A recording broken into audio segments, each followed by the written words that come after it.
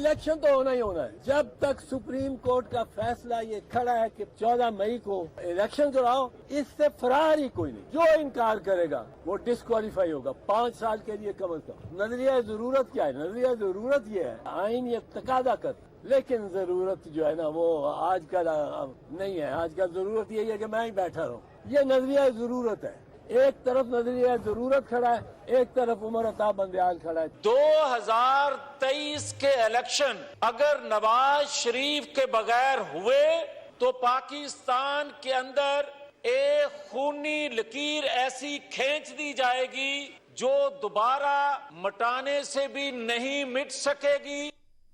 बिस्मिल्लाहिर्रहमानिर्रहीम। लाखों करोड़ों दरूद नबी अकरम सल्लल्लाहु अलैहि वसल्लम पर और उनकी आल पर। आज हस्ब मामूल जिसकी तवक्को की जा रही थी, तीनों इदारों ने अपनी अपनी report supreme court of Pakistan के पास जमा करवा दी, जिसमें स्टेट बैंक की तरफ से रिपोर्ट आ गई, वजारत खजाना की तरफ से रिपोर्ट आ गई और इसके साथ साथ इलेक्शन कमीशन की तरफ से रिपोर्ट आ गई। और इन तीनों रिपोर्ट्स में यह अंदिया दिया गया कि हमें हुकूमत की तरफ से 21 अरब रुपए नहीं मिले। और इसके बाद ख्याल यह किया जा रहा था कि सुप्रीम कोर्ट ऑफ पाकिस्तान की तरफ से कोई ऑर्डर आएगा। सारा दिन पूरा पाकिस्तान इंतजार करता रहा, लेकिन सुप्रीम कोर्ट ऑफ पाकिस्तान की तरफ से कोई ऑर्डर नहीं आया। लिहाजा आज का दिन मेरा ख्याल यह है कि अच्छा गुजर गया। हो सकता है कि कल के दिन दोबारा बहरान जो है सर उठाए। आज का दिन अच्छा क्यों गुजरा और कल के दिन क्या हो सकता है, ये हम आज के शो में डिस्कस करेंगे। और इसके साथ साथ पीडीएम ने क्या उसको पीटीआई के साथ मुज़ाकरात करने चाहिए नहीं करने चाहिए, इस पे आज सरबराही इजलास हुआ, जिसमें मौलाना फजलुर रहमान साहब और शाहजैन बुख्ती साहब ने साफ इंकार कर दिया कि हम इमरान खान साहब के साथ बैठने के लिए तैयार नहीं है। तो क्या अब पीडीएम इमरान खान साहब के साथ मुज़ाकरात करेगी या नहीं करेगी, ये भी हम डिस्कस करेंगे। और इसके अलावा कल की एक खबर थी कि हाई सिक्योरिटी ऑफिसर्स ने चीफ जस्टिस ऑफ पाकिस्तान के चैम्बर में जाकर उनसे मुलाकात की। हम इस पर भी बात करेंगे कि वहाँ क्या क्या चीज़ें डिस्कस हुई। हमारे साथ तशरीफ रखते हैं अतर काजमी साहब, सीनियर सहाफ़ी हैं, और हसन रजा पाशा साहब सीनियर वकील हैं, आप इनको बहुत अच्छी तरह जानते हैं। शुएब शाहीन साहब वकील हैं और आमर इलियास राना साहब हमारे कुलीग, हमारे साथी। पाशा साहब ये फरमाइएगा सर कि आज चीफ जस्टिस ऑफ पाकिस्तान की तरफ से मेरा ख्याल है आज के दिन तो बहुत सुकून के साथ गुजर गया। और आज वैसे गवर्नमेंट सारा दिन अलर्ट बैठी रही कि शायद कोई ऑर्डर आ जाए। तो ये ऑर्डर ना आना जो है इसका क्या हो सकता है कि क्या चीफ जस्टिस ऑफ पाकिस्तान पीछे हट गए? नहीं, मेरा ख्याल है ऐसी बात नहीं है। देखें, कल रात को ये इतला आई कि सीनियर जो इंटेलिजेंस ऑफिसर्स हैं, सेक्रेटरी दिफा, ये सारे ऑनरेबल चीफ जस्टिस साहब और बाकी जो 2 मेंबर्स हैं बेंच के, उनके साथ मिले। सवाल जवाब का सिलसिला भी हुआ और जब मोअज़्ज़ज़ जजेस ने उन पर सवालात भी किए जो हमारी इतला आई है। तो आज रिपोर्ट्स पेश हुई, ईसीपी ने पेश की, गवर्नमेंट ने पेश की, स्टेट बैंक ने पेश की, और जो रिपोर्ट कल पेश की थी सिक्योरिटी इदारों ने वो भी रिपोर्ट। तो जाहिर है आज शायद उन तमाम रिपोर्ट्स को देखा गया होगा। उसके बाद कल शायद बेंच दोबारा वो बैठे और वो फिर इसके आगे सुप्रीम कोर्ट या चीफ जस्टिस साहब के पास 2 ऑप्शन। तो इसलिए हम ये नहीं कह सकते कि चीफ जस्टिस साहब जो है को कल की मुलाकात की वजह से आज नहीं बैठे। ये मेरा ख्याल है कुछ कहना कबल। अब देखिए 2 ऑप्शन है सर। एक ऑप्शन तो ये है कि चीफ जस्टिस ऑफ पाकिस्तान अपने मौक़िफ़ से पीछे हट जाए, वो ये कह दें कि 14 मई को इलेक्शन नहीं हो सकते, अब नई तारीख का हम ऐलान करेंगे। दूसरा ये है कि वो कहेंगे कि नहीं, हमारा ऑर्डर है, इसको हर सूरत इंप्लीमेंट होना है। तो चीफ जस्टिस ऑफ पाकिस्तान को क्या करना चाहिए? तो देखें, ये दोनों चीजें हैं, इन दोनों में से एक ऑप्शन तो उन्होंने लेना है। अगर तो सिक्योरिटी इदारों की रिपोर्ट पे उन्होंने इलेक्शंस को मुलतवी करना है, आगे लेके जाना है, और तो फिर तो एक बात है कि और उन्होंने शायद एक बैगेज होगा। अगर आपको याद हो कि प्रोसीडिंग्स के दौरान भी 2 से ज्यादा मरतबा ऑनरेबल चीफ जस्टिस साहब ने ये फरमाया था कि आप पॉलिटिकल पार्टीज मिल लें, एक कंसेंसस बना लें, अगर कोई नहीं मसला, अगर 90 डेज से आगे बात जाती है तो हम उसका वे आउट निकाल लेंगे। तो वे आउट तो पहले ही निकाला गया फर्स्ट मार्च वाले ऑर्डर में कि 30 अप्रैल डेट रखी गई, जो कि 90 दिन से आगे चली गई। फिर एक और विंडो खोल दी गई जो कि 14 मई तक आ गई। तो इसका मतलब ये नहीं है कि इसमें कोई सुप्रीम कोर्ट बैकफुट पे चली गई है, लेकिन ये जरूर है कि सुप्रीम कोर्ट ने बेटर सेंस प्रिवेल करने के लिए विंडोज 1 से ज्यादा मरतबा खोली हैं कि ये 90 डेज से आगे जा सकता है। तो अब मेरा ख्याल आगे जाएगा, मैं भी आगे चला जाएगा। शेर साहब ये फरमाइए सर, देखें दोनों ऑप्शंस हैं इस वक्त सुप्रीम कोर्ट ऑफ पाकिस्तान के पास। एक तो ये कि अपना ऑर्डर इंप्लीमेंट करवाएं। अगर वो अपना ऑर्डर इंप्लीमेंट करवाते हैं तो उसके भी कुछ नताइज निकलेंगे, क्योंकि इस साइड पर गवर्नमेंट भी तैयार बैठी हुई है। इन्होंने भी बहुत सारी ऐसे समरीज तैयार करके रखी हुई है टेबल पे। और अगर चीफ जस्टिस साहब ये समझते हैं कि हालात का तकाजा यही है कि हम स्टेट को आगे कर दें, तो फिर सुप्रीम कोर्ट ऑफ पाकिस्तान की अपनी इज्जत जो है वो दांव पे लग जाएगी, तो क्या होना चाहिए? देखें, आपकी बात से मैं इत्तेफाक करता हूं कि इस वक्त सुप्रीम कोर्ट की इज्जत से ज़्यादा पब्लिक एट लार्ज का ट्रस्ट और आइन का क्वेश्चन इन्वॉल्व हो गया है। ये जो सिक्योरिटी इदारों की रिपोर्ट थी वो फैसला देने से पहले एक दिन उन्होंने दी थी, अब तो फर्दर ब्रीफिंग थी ना। इस ऑर्डर के अंदर मौजूद था कि 10 तारीख तक फंड्स दे देंगे और 17 तारीख तक वो सेटिस्फाई करेंगे इलेक्शन कमीशन ऑफ पाकिस्तान को for the purpose of giving security. अब वो उसके सिलसिले में फर्दर ब्रीफिंग थी जो कल उन्होंने रखी थी। अब अगर सुप्रीम कोर्ट पीछे हटती है, सुप्रीम कोर्ट अगर उस वक्त सेटिस्फाई नहीं हुई उस रिपोर्ट से, खुदा न खास्ता उसके बाद तो कोई ऐसी चीज नहीं आई जिसको बुनियाद बनाकर हम ये कहें कि सुप्रीम कोर्ट इस फैसले को आगे कर दे। आज अगर चेंज होती है तो ये सुप्रीम कोर्ट के ऊपर स्टिग्मा होगा, नजरिया जरूरत को जिंदा करने के मुताबिक होगा। सुप्रीम कोर्ट को चाहिए अपने फैसले पे कायम रहे, फैसले को अमल दरामद कराए और उसको इंप्लीमेंट कराए हर हाल में, उसका कोई भी रिजल्ट हो। देखें, बात यह है कि अगर एक आम आदमी का फैसला आए उसको तो आप अगले ही दिन 1 घंटे के अंदर अंदर आप इंप्लीमेंट कर दें, और अगर ताकतवर तबकों और हलकों के खिलाफ आपने उसको एग्जीक्यूट कराना हो, उसके लिए आप बेबस हो जाएं, तो फिर अदालतें बंद कर देनी चाहिए। अगर ये नहीं होता तो फिर एक बेबसी का तासुर जाएगा। ये न सिर्फ बेबसी का होगा, पब्लिक एट लार्ज का ट्रस्ट शेक होगा और पाकिस्तानी ये सोचने पे मजबूर हो जाएंगे कि यहां आइन की बालादस्ती नहीं है, कानून की हुक्मरानी नहीं है, यहां ताकतवर का नाम चलता है, माइट इज राइट का प्रिंसिपल चलता है। फिर आपको फैसला देने से पहले यह सोचना चाहिए था कि आप में अगर कैपेसिटी नहीं थी, आप में अगर अंदर एनर्जी नहीं थी, आप ये समझते थे कि आप फैसला अपने एग्जीक्यूट नहीं करा सकते, तो आप फिर भी फैसला ही ना देते। मैं नहीं समझता कि उमरता बंदयाल साहब या जो बेंच मौजूदा है ये आइन की बालादस्ती के लिए काम कर रहे हैं, कानून की हुक्मरानी के लिए कर रहे हैं, और जो इन्होंने तमाम तर प्रेशर्स के बावजूद, ब्लैकमेलिंग और प्रेशराइजिंग टैक्टिक्स के बावजूद उन्होंने ये फैसला दिया है, तो मैं इस पर बड़ी पूरी तरह उम्मीद रखता हूं कि ये इसको एग्जीक्यूट कराएंगे, इंप्लीमेंट कराएंगे, और उसके लिए जो भी तरीकाकार कानूनी हो सकता है उसके लिए वो प्रोसीड करेंगे as per law and as per constitution, क्योंकि ये न सिर्फ सुप्रीम कोर्ट की प्रेस्टीज, उसके ऊपर ट्रस्ट का मसला इन्वॉल्व है, बल्कि ये आइन की बालादस्ती और कानून की हुक्मरानी और आजाद अदलिया के लिए ये जरूरी है कि उस फैसले को अमल दरामद कराया जाए। राणा साहब, ये फरमाइएगा, आपकी तरफ आऊंगा, ये बताइएगा कि इस सारी सिचुएशन में सुप्रीम कोर्ट ऑफ पाकिस्तान को करना क्या चाहिए? वो कहते हैं ना, शेर के ऊपर चढ़ना तो आसान होता है, शेर से नीचे उतरना मुश्किल होता है। ये फैसला एक शेर है जिसके ऊपर इस वक्त सुप्रीम कोर्ट ऑफ पाकिस्तान चढ़ गई हुई है। अब इससे नीचे उतरना इतना आसान काम नहीं होगा। असल में ना वही मसला है कि हर तरफ से अपना अपना वो चूरन बेचा जाता है। इत्तेजाज हसन साहब वो बुढ़िया का किरदार अदा करते हैं जो मोहल्ले में लड़ाई शड़ाई कराती है। जैसे जब धरना था 2014 वाला और नवाज शरीफ साहब को बाजू पकड़ पकड़ के बिठाना पड़ रहा था चौधरी निसार को, और वो बार बार उनके ऊपर तंजिया जुमले, रकीक जुमले कसते थे ताकि लड़ाई हो सके। अब वो फिर आर्टिकल 6 मुझे तो बिल्कुल याद आता है, वो रियासत होगी मके जैसी, इसका जवाब वो क्यों नहीं देते? जब उनको आर्टिकल 6 याद आता है, ना अहली याद आती है लोगों के ऊपर के जी सब नाअहल होंगे, वो होंगे। आप अपनी नाअहली का बताएं। आपने इफ्तिखार मोहम्मद चौधरी के नाम पे जो चलाई थी पूरी गेम, उसके बदले में आप सबको तो वकील थे सर उसमें। नहीं वकील नहीं जी, आज भी वो वकील ही हैं। मैं उनको कोई और तो नहीं कुछ कह रहा, वो वकील के तौर पे कर रहे हैं ना। इफ्तिखार चौधरी साहब के वकील थे सर। नहीं, इफ्तिखार चौधरी के तो तर्जुमान भी थे, वकील भी थे, बेशुमार थे ये, लेकिन अपने अपने फायदे की लड़ाई के बाद ये गुम हो गए, रियासत को बीच में छोड़ के। वो जो माँ के जैसी थी, मैं इसलिए उनका नाम ले रहा हूँ, इत्तेजाज साहब का, बसद एहतराम, वो बुजुर्ग आदमी है, लेकिन उनकी इस लियाकत और काबिलियत की बुनियाद पर लोगों को पीछे चलना पड़ा कि एक बड़ा वकील है, इस तरह का नाम ले रहा है। तो अब सारे के सारे अपना अपना चूरन लेके आ गए हैं। सुप्रीम कोर्ट को सोचना चाहिए कि क्या वो जज्बात पे चलेगी या अक्लो दानिश से पाकिस्तान को चलाना है। क्या हुक्म चलाना ही सिर्फ सुप्रीम कोर्ट का है?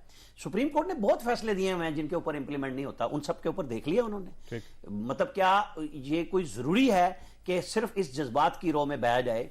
90 डेज क्या सिर्फ पंजाब में लागू होने हैं? वो केपी में वहां पे उतनी जोश और जज्बे के साथ वो बात क्यों नहीं होती? क्या वो पाकिस्तान का हिस्सा नहीं है?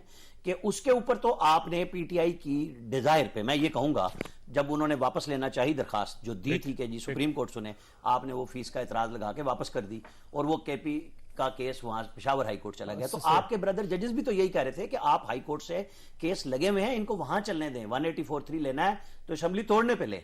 अब जो आज की सिचुएशन आप देखें, कल जब 3 घंटे की मुलाकात होती है, मेरा ख्याल है, मेरी क्योंकि रिपोर्ट वैसे मैं बताऊं वजारत दिफा की भी जमा हो गई है बाज़ाब्ता तौर पे सुप्रीम कोर्ट के अंदर। जो कल मीटिंग हुई वो अपनी जगह थी, लेकिन एक तहरीरी रिपोर्ट वजारत दिफा की तरफ से, और वो वही रिपोर्ट है जो पहले भी बताई गई है कि हमारे पास सिक्योरिटी एहलकार नहीं, तकरीबन 279,00,79,000 उन्होंने अभी भी शार्ट हैं पंजाब में जो उनको फौजी चाहिए उसके लिए, पुलिस के अलावा। अब ये सारी चीजें आप करें प्रेशर के जी बिल्कुल ठीक है इलेक्शन होने चाहिए, वो 90 दिन का भी मसला है, वो आगे जाने का भी है। एक तरफ सराजुल हक साहब भी लगे हुए हैं बातचीत के लिए, एक तरफ तमाम पीडीएम की जमातों ने अपनी अपनी कमेटियां बना दी हैं, समेत पीटीआई ने अपनी भी बना दी है कि बातचीत होनी चाहिए। मेरा ख्याल है कोई रास्ता शायद आज जो ब्रेक लगी है, जो थोड़ा सा आया सोचने का मौका है, वो बाज़ाब्ता रिपोर्ट डिफेंस की भी आ गई है, तो अब चैम्बर में समाअत हो या खुली अदालत में हो, कोई लार्जर बेंच या फुल कोर्ट की तरफ जाके ही रास्ता बनेगा। ये मुझे इलेक्शन 14 मई को तो नजर नहीं आ रहा। ठीक हो गया। अगर काज़मी साहब आपके पास एक सवाल छोड़ के जा रहा हूं, मैं वक्फा के बाद मैं डेफिनेटली आपकी तरफ आऊंगा। सवाल सिंपल है कि ये जो सूरत हाल है अब ये डिफ्यूज हो रही है या फिर ये इंक्रीज हो रही है। छोटी सी ब्रेक के बाद दोबारा हाजिर होते प्रोग्राम में दोबारा खुश आमदीद। अतर काज़मी साहब ये फरमाइएगा सर, ये आज की जो खामोशी है ये तूफान से पहले का दिन है या फिर वाकई सूरत हाल अब कंट्रोल होना शुरू हो गया और एक नया मीडियम या नया रास्ता निकलेगा?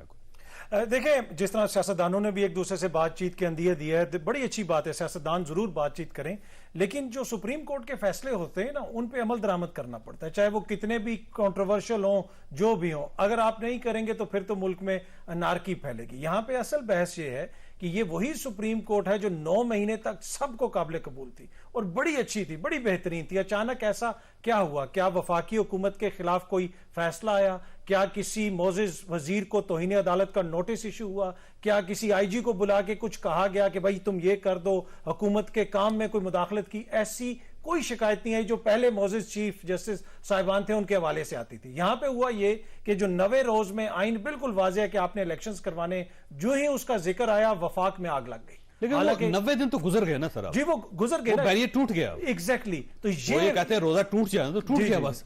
तो ये इसके बाद फिर आप खाना खाएं, चाय पिए। नहीं, मैं बात कर लूं, ये जो 90 रोज हम कहते हैं गुजर गए, यही तो अलमिया है। हम कितनी आसानी से कह देते हैं कि वो जो मशरिके पाकिस्तान टूटने के बाद आइन बना था जिसमें उन्होंने लिखा था कि 90 रोज में किसी भी असेंबली के तोड़ने के बाद आपने इलेक्शंस करवाने, और आज वो गुजर गए। इसका जिम्मेदार कौन है? कौन डेट नहीं दे रहा था? गवर्नर पंजाब डेट नहीं दे रहा था, कहता मैंने तो असेंबली नहीं तोड़ी। केपीके के गवर्नर जो मौलाना के समधी हैं उनका जो रवैया वो आपके सामने। क्या आज से 2 महीने पहले चौधरी साहब आपको नहीं पता था कि इन्होंने इलेक्शंस नहीं करवाने? जितने हमारे दोस्त हैं इस्लामाबाद में वो सब कहते थे कि जो मर्जी हो जाए इन्होंने इलेक्शंस नहीं करवाने। सिर्फ इमरान खान साहब को पता नहीं था? नहीं, वो मसला ये पता था नहीं होने इलेक्शन। नहीं, मसला ये कि या तो फिर आपने मुल्क आइन और कानून के मुताबिक चलाना है ना, तो या तो आप कहें कि आइन से क्राइसिस में तो पैदा किया ना खान साहब ने, उनको पता नहीं था ये नहीं होंगे इलेक्शन। नहीं, उनको किस तरह पता होगा? जब आइन के अंदर आपने लिखा है तो आप कह दें कि जनाब के हम आइन को नहीं मानेंगे। आप सियासी हिकमत अमली जो भी बनाते हैं, चाहे खान साहब बनाए, मियां साहब बनाए, वो तो आइन के और कानून के ताबे होती है ना चीजें। जब आप आइन को ही मानने के लिए तैयार नहीं, और अब हम बहस कर रहे हैं ये हो रहा है वो हो रहा है, असल बहस ये है कि हुकूमत की मंशा नहीं है कि हमने इलेक्शंस नहीं करवाने, और ये खतरनाक चीज है। आज इन्होंने 6 महीने के लिए रोकना है, कल खान साहब ने आके 6 साल के लिए रोकना है, इसके बाद तो फिर जिसकी जो मर्जी होगी वो। मेरा ख्याल ये कि अगर इमरान खान साहब आ गए ना तो वो वापस नहीं आएंगे, फिर वही कहेंगे जो इलेक्शन करवा के दिखाएं। नहीं, रास्ता तो दिखा दिया। तो देखें, जो बड़े बड़े डिक्टेटर आए जो कहते थे हम वापस नहीं जाएंगे, इख्तिदार में कोई भी हमेशा नहीं रह सकता। पर इशू सिर्फ ये है कि पहली दफा एक ऐसी जमहूरियत आई है जिसके अंदर बहुत सारी जमहूरी जमातों की हुकूमत है,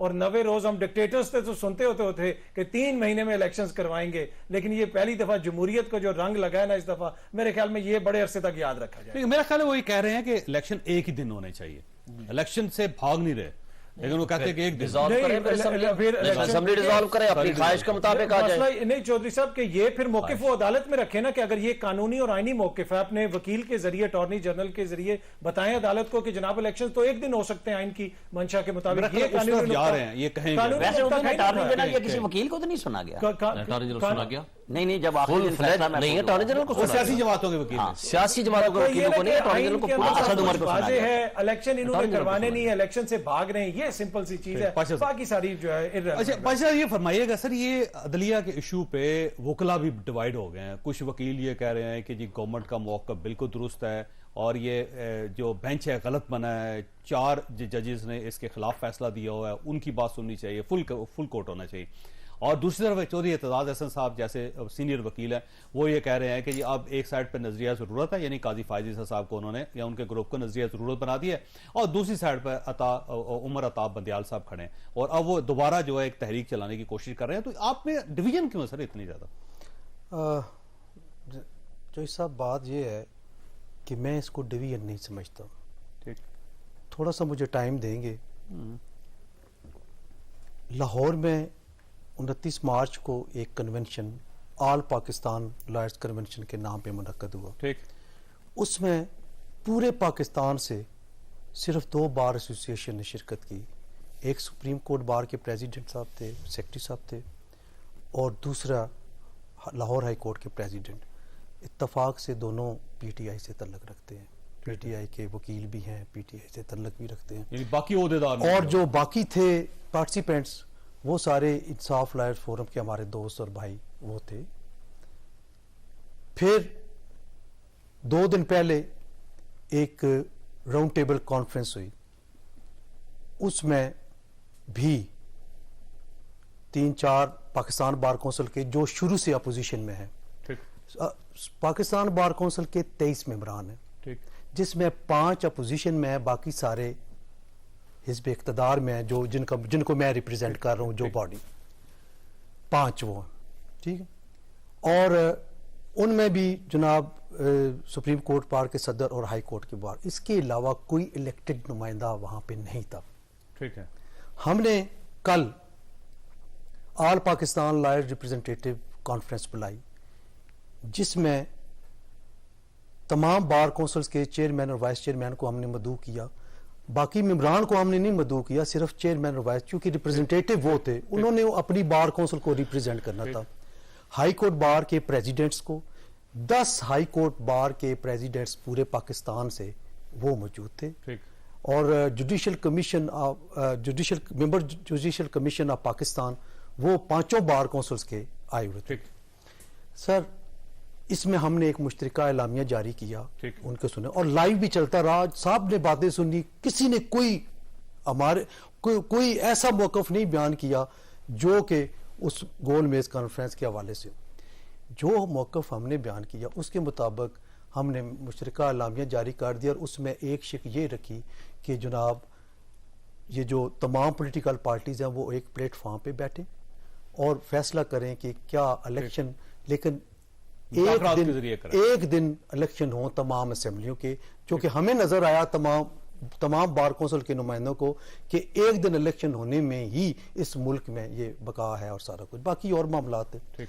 अब सर तो डिवीजन नहीं आपका। अब आज एक एलामिया जारी हुआ जिसमें 5 वो मेंबरान जो अपोजिशन में डे 1 से हैं वो, और एक और मेंबर चौधरी हफीजुर रहमान साहब का नाम शामिल था, 6 मेंबरान का।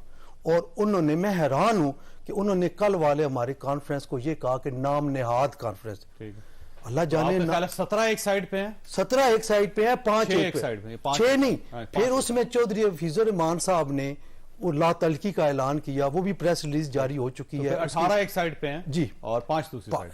तो अब ये स्प्लिट नहीं है, ये एक नेचुरल स्प्लिट है कि जो 2 ग्रुप लड़ रहे हैं इलेक्शन, एक ग्रुप बरस इक़्तिदार है, दूसरा अपोजिशन में। शुएब साहब को ये सूरत हाल है। नहीं है वैसे शुएब साहब को इसलिए नहीं इत्तफाक, मुस्कुरा रहे हैं। मैं अर्ज करता हूं जैसे कि जिस तरह एक्स आर्मी मैन एसोसिएशन बनी हुई है ना, इसी तरह गोल मोल कॉन्फ्रेंस, एक्स वुकला कॉन्फ्रेंस, देखिए मेरे भाई, एक्स वुकला कैसे, मैं एक्स वुकला, लतीफ खोसा साहब एक्स वुकला, ओहदेदार तो नहीं है ना, किस बार काउंसिल को रिप्रेजेंट कर रहे हैं, किस बार एसोसिएशन को रिप्रेजेंट कर रहे हैं। शुएब शेन साहब मेरे भाई हैं, लास्ट ईयर ये president, last year president high court bar, आज ये प्रेसिडेंट नहीं है, आज मलक नवीद हयात प्रेसिडेंट है। ये हमारे नाम बड़े हैं लेकिन उदा कोई नहीं उनके पास नहीं है। जो देखिए, पहली बात तो ये है, बड़े अफसोस से मुझे कहना पड़ता है, कल का जो एलामिया जारी किया है ये टोटल पीडीएम का बयानिया है जो पाकिस्तान बार काउंसिल ने कल जारी किया है। मुझे ये अफसोस है, मैं आपसे इत्तेफाक नहीं करेंगे। इजलास नहीं हुआ था, वैसे इजलास हुआ था ना सर, मैं वही कह रहा हूँ, मेंबर्स थे ना, 8 मेंबर्स पेश, 23 मेंबर्स है ना पाकिस्तान बार काउंसिल के, 8 मेंबर्स आए, मैं इसमें नहीं जाना चाहता। भाई जब चेयरमैन और वाइस चेयरमैन मौजूद हैं, हमने तो किसी को बुलाया ही नहीं। We are representative. फिर बाकी कमाल हो गया। सुन लेना सर, वाइस चेयरमैन चेयरमैन बैठे थे, फिर बाकी आपने 6 मेंबर्स को किस लिए बुला लिया? वो भी मैं 6 मेंबर्स को अगर बुला लिया तो इसका मतलब 8 मेंबर बैठे थे, बाकी नहीं थे। मैं इस पे नहीं जाना चाहता। मैं सिर्फ एक बात करता हूं, देखें हर एक का उतना ही हक है।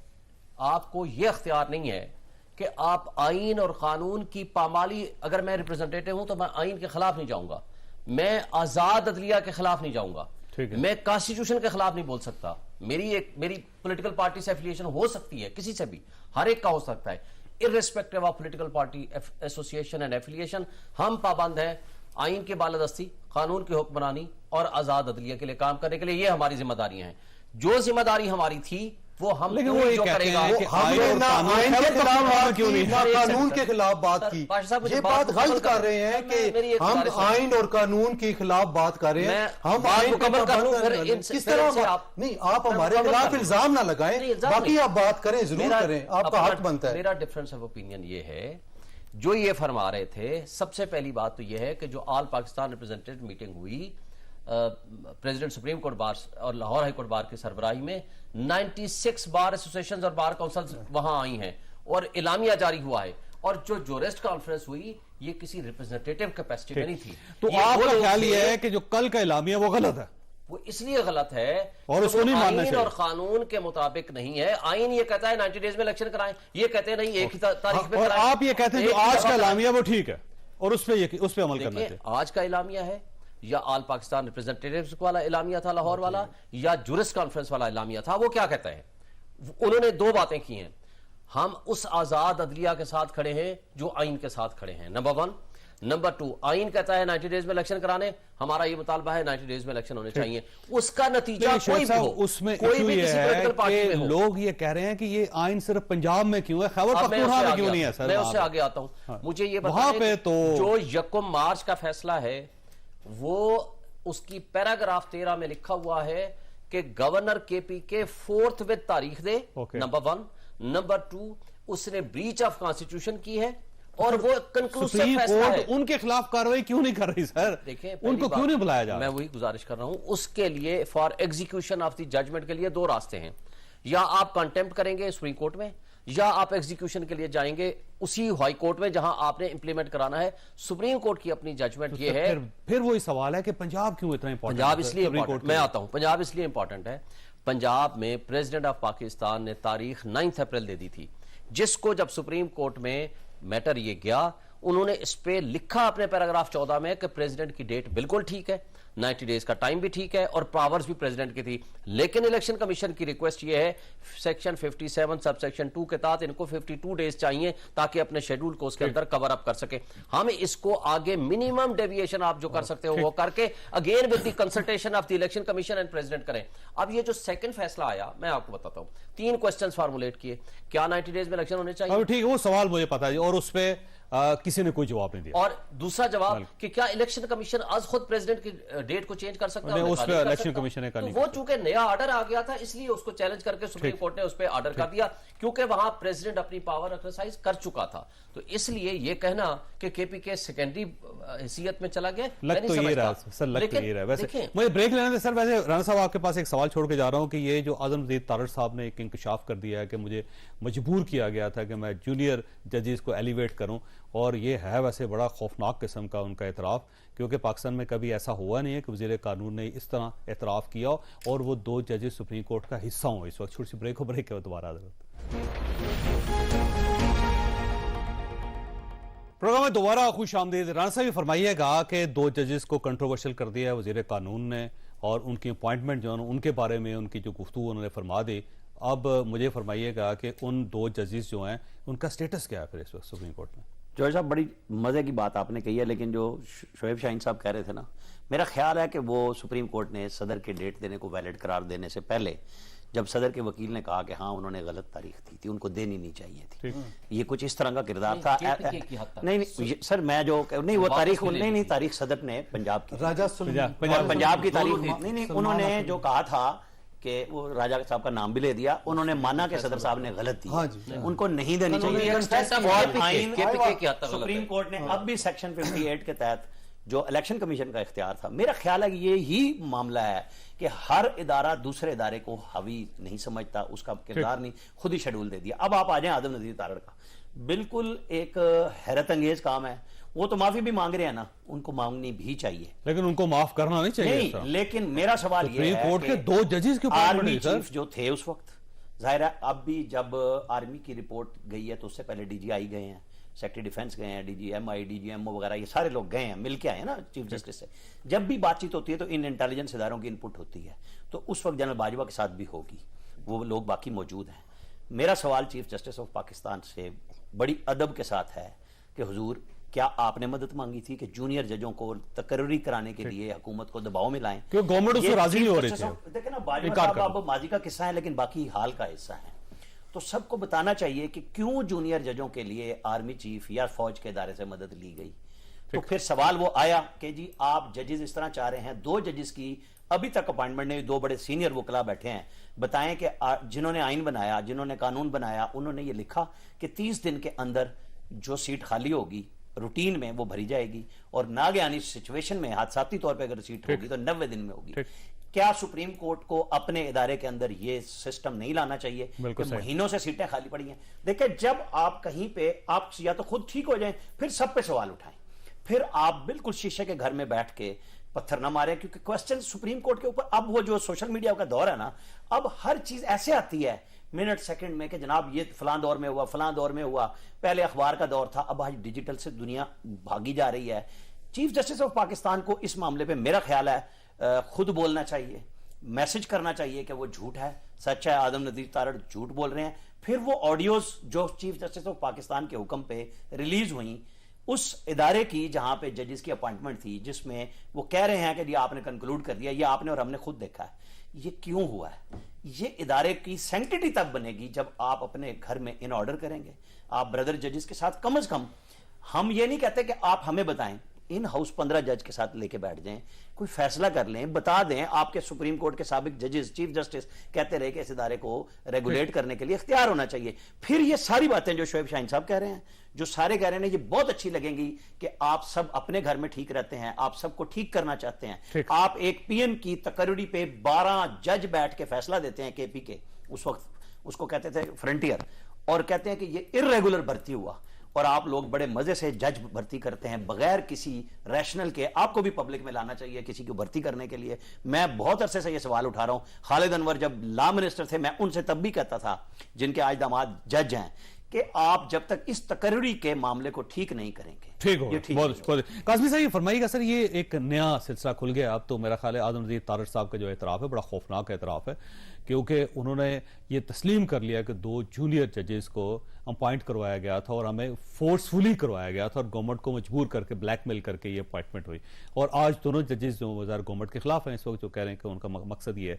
तो जब अपने इदारे के अंदर ये सूरत हाल हो और दूसरे इदारों को आप ठीक करना चाहते हो तो कैसे ठीक होगा फिर? देखें, पहली बात तो ये है कि कोशिश ये है कि इस वक्त अदालत को कंट्रोवर्शियल बनाया जाए। कोई ये कहता है कि जी ये हम ख्याल जज हैं, कोई ये कहेगा कि अदालत के अंदर ये फॉरवर्ड ब्लॉक बन गया जजेस का, जो अपनी अदालत के ऊपर हमलावर है, चीफ जस्टिस साहब के ऊपर हमलावर है। ये नामुनासिब रवैया है। देखें, ये सारे आपने वैसे ऑडियो सुनी थी वो जुडिशल कमीशन के, जिसमें काजी फायज ईसा साहब और वो सारा वो उन दिनों वो काफी कंट्रोवर्सी चली थी वो सारी। देखें, और वो सरकारी तौर पर रिलीज हुई थी, वो मतलब लीक नहीं हुई थी। हाँ, मैं इसीलिए कह रहा हूं, जस्टिस साहब ने रिलीज की थी, इसलिए आया था कि ये हाफ है। असल में पहले खत लिखा था, पहले खत लिखा गया था काजी फायजा साहब ने, सरदार तारिक मसूद ने, उसके जवाब में वो ऑडियो जो उन्होंने कहा कि आधी की गई है और आधी नहीं। अच्छा, अब मसला ये है ना कि जब अदालत का निजाम इस तरह चले कि एक खत जो चीफ जस्टिस से पहले आपके पास या मेरे पास पहुंच जाए, मीडिया के पास रोज इस तरह की बातें हो, तो फिर रोज ही होता है सर, ये मुद्दत से हो रहा है, आज की बात तो नहीं है। आज तक पाकिस्तान की तारीख में पहले कभी कोई किसी जज का खत मीडिया के पास पहले पहुंचा चीफ जस्टिस से पहले? नहीं, ये हालिया कुछ अरसे के दौरान हुआ, उसी का नतीजा, ये ऑडियोज भी उसी इमरजेंसी जो थे जनरल परवेज मुशर्रफ के दौर में, उस वक्त भी यही होता था। नहीं, मतलब कि खत जो लिखे जा रहे हैं जिस तरीके से, तो ऑर्डर पहले चीफ जस्टिस साहब लिखते थे या जजेस लिखते थे, पहले मीडिया को रिलीज होता था। चौधरी साहब अपने जजेस साहिबान के खिलाफ जजेस जो रिमार्क्स देते हैं ना, ये समझने के लिए होते हैं, ये फैसला नहीं होता। आज आप देखें ये साल से वो प्रैक्टिस ऐवी पता नहीं मुझे किसने सुनाई थी कहानी। हम 3-4 दिन तो जब पहली दफा मैं सुप्रीम कोर्ट गया समझते रहे कि ये बोल क्या रहे हैं, शरीफुद्दीन पीरजादा वगैरह ये सारे लोग सीनियर जजेस। जाहिर है कि जो आप बात करते हैं जो लॉ पॉइंट्स पे हैं, कॉन्स्टिट्यूशनल लैंग्वेज है वो और होती है जो हम रूटीन में, तो इतना मुश्किल काम था। अच्छा नहीं एक क्वेश्चन मैं भी छोड़े जा रहा हूं। मुझे एक मिसाल दे दें कि चीफ जस्टिस के खिलाफ किसी जज ने, सिटिंग जज ने खत लिखा है और वो मीडिया में पहले आया, मुझे एक मिसाल दे दें। एक सवाल है वैसे अतर काज़मी साहब का, और इस सवाल का जवाब हमें छोटी सी ब्रेक के बाद तलब करेंगे। ये तो जो 3 साल ये मुझे और आपको बेचते रहे कि ये सिलेक्टेड है, हमने आइन के लिए यहाँ पे जदोजहद करनी है, वोट की इज्जत है, और आज आके ये बता रहे हैं कि हमने तो किसी के कहने पे 2 जज, और उससे पहले ये भी कह चुके हैं। और मेरा ख्याल ये है कि आजम नज़ीर तारड़ साहब का एहतसाब होना चाहिए। नहीं, उनका नहीं होना चाहिए, एहतसाब सबका होना चाहिए जिसने इसमें अपना हिस्सा डाला है। जिसने सिफारिश की, जिसने करवाई, मैं सब आएंगे ना, रास्ता तो कोई नहीं है। वैसे ये बताएं कि 2 जजेस का क्या स्टेटस है? मैं अर्ज कर सकता हूँ। स्टेटस क्या है?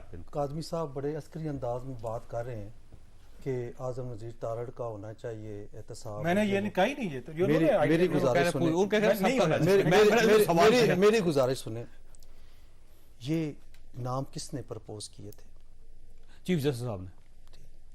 बस मैंने सही कहा ना, इतना काफी है। देखो मैं अदालत में इतना काफी है। इट मींस के ऑनरेबल चीफ जस्टिस साहब आजम नज़ीर तारड़ साहब नहीं करना चाहते थे और किसने फिर कराए? वो आजम नज़ीर तारड़ साहब कहते हैं कि आर्मी चीफ कराए किससे के? ये उनका मौक़िफ़ है ना, इदारे को कंट्रोवर्शियल बनाने के लिए मौक़िफ़ है ना। मेरी अर्ज़ तो सुने, मेरी अर्ज़ तो सुने। और दूसरी बात खतों की कार्य है, खतों किताबत की। देखिए बात सुने, वैसे सारी बात कौशल ये चाहती थी। मैं एक मिनट खतों किताबत की बात मैं अर्ज कर रहा हूं, अगर जान की अमान पाऊं तो। जो सब गुजारिश ये है कि जब आप एक जज को, सीनियर जज को 73 अहम केसेस में बेंच का हिस्सा बनाते हैं और उनसे सीनियर एक जज है उसको सिर्फ 3 केसेस में बनाते हैं, उसकी आवाज कहीं सुनाई नहीं देती। वो या शुफे का केस कर रहा है, प्रियम्पशन का केस कर रहा है, या किसी भाग भरी का कोई ऐसा हिब्बा का केस कर रहा है, और वो सारा या हाफिज़ कुरान को 20 नंबर मिलने चाहिए, इनका केस कर रहा है। तो मैं आवाज की गुंजाइश में बनाता हूं। उनका क्या तरीकाकार है अपनी आवाज पहुंचाने का? जनाब चीफ जस्टिस साहब था, खतरा है कोई डांग सोटे तो नहीं ना वहां चलने, खुदा ना खास्ता, या वो बेंच बैठा हो और एक मुअज़्ज़िज़ जज साहब आके आप गलत कह रहे हैं, ये गलत, ये मुनासिब नहीं है। मुनासिब तरीकाकार यही है कि वो बज़रिया खत अपनी बात, आप मुझे बताएं खत में क्या चीज गलत थी? जुडिशल कमीशन ऑफ पाकिस्तान के हवाले से रिजर्वेशन की उन्होंने ये कहा, एक खत में मुझे याद है कि उन्होंने ये कहा कि जब मैं बता के गया हूं कि आई एम गोइंग अब्रॉड 2 हफ्तों के लिए, आपने इंटरवीनिंग उस पीरियड में क्यों जुडिशल कमीशन का इजलास रखा? क्या ये बेहतर नहीं था कि मेरे आने का इंतजार कर लेते? ये बात मैं 100% ये वहां कहां पे गिला करते? नहीं, मेरी बात सुनने, काज़मी साहब मेरी बात सुनने। आपने एक मुअज़्ज़िज़ जज को दीवार के साथ लगाया हुआ है, वो पूरा ग्रुप है, साथ ग्रुप को छोड़े सर, मैं तो सुप्रीम कोर्ट की बात कर रहा हूं। एक जज भी सुप्रीम कोर्ट है और 17 जजेस भी सुप्रीम कोर्ट है। ठीक, ये मेरे भाई बात कर रहे हैं, हम आजाद अदलिया के, हम तो कहते हैं सारी की सारी अदलिया आजाद है। क्यों आप बाइफरकेट करते हैं कि ये 8 जजेस आजाद है, बाकी 7 आजाद नहीं है? क्या ये बाकी 7, क्या ये, एक मिनट, क्या ये बाकी 7 जजेस आजाद नहीं है? मुझे ये बता दें, क्यों कहते हैं कि आजाद नहीं है? ये तो चीफ जस्टिस साहब ने बेंच बना के और क्या ये 7 नजरिया जरूरत है? क्या ये 7 जजेस जो हैं ये सुप्रीम कोर्ट नहीं है? पता नहीं किस तरह करके आप अदलिया की तौहीन के मुर्तकब। क्यों जी, वो 2 जज भी शामिल है ना जिसका आदम नज़ीर तारड़ ने नाम लिया, 8 में, बल्कि 8 में 6 वो हैं, 5 जो सीनियरिटी से जो सीनियरिटी ब्रेक करते हैं। एक में जुमला करूं, जो पाशा साहब ने फरमाया बिल्कुल दुरुस्त फरमाया। अदलिया में इसी तरह खतो खताबत ही हो सकती है, लेकिन मसला यहाँ पे कि वो खत चीफ जस्टिस साहब से पहले मीडिया को कौन रिलीज करता था? ये जब उन पे फैसले ही ना हो, खतों के जवाब ही ना दिए जाएं, अगर एक बताएंगे मैं अपनी बात कंप्लीट कर, इन्होंने कहा कि हर जज मुअज़्ज़िज़ है, हर जज मोजिज है, तो 3 जजेस को जिन्होंने कहा कि हम इनका फैसला नहीं मानते, तो 4 जजेस ने कहा हम नहीं मानते। इट मीन ठीक है, और और 8 जजेस को नहीं मानते, साफी भाई वो- ज्यादा टाइम दे रहे हैं। नहीं प्लीज, और वो 4 जजेस भी सुप्रीम ये कोर्ट साफी के भाई नहीं है हमारे हैं। 4 जजेस भी सुप्रीम कोर्ट के हैं। बात ये है अच्छा शेख साहब, साहब एक ने इशू इस ये वक्त- है, वो कहते हैं जी पूरे सिस्टम को आप ठीक कर लें, लेकिन पहले अपने आप को तो ठीक कर लें। ये भी एक सवाल है। वो देखिए- कहते हैं सुप्रीम कोर्ट ऑफ पाकिस्तान के अंदर जो मसाइल हैं उनको तो ठीक कराएं, उनको किससे देखिए, करना? आज इस वक्त फुल सुप्रीम कोर्ट- देखें full supreme court court of meeting बुलाएं पाकिस्तान ने और वहां पे चीफ जस्टिस सेटल साहब ने इस वक्त जो बेंच में साथ बैठा हुआ है, मंसूर शाह साहब उनके साथ बैठे हैं, तरमिंदुल्लाह साहब बैठे हैं, और उनकी मुस्तकिल मुलाकातें उन सबसे हो रही हैं, जो कि आपके मीडिया ने भी रिपोर्ट की हैं। मैं एक बात सिर्फ इस मौके पर कहना चाहूंगा, आज अगर आजम वजीर तारड़ साहब का जमीर जागा है, तो जिस वक्त वो गलत काम कर रहे थे उनका जमीर नहीं जागा था।